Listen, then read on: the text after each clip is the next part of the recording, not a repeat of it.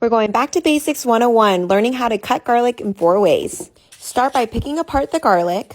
For rough chopped garlic, chop vertically and horizontally. This is great to use for stir fries.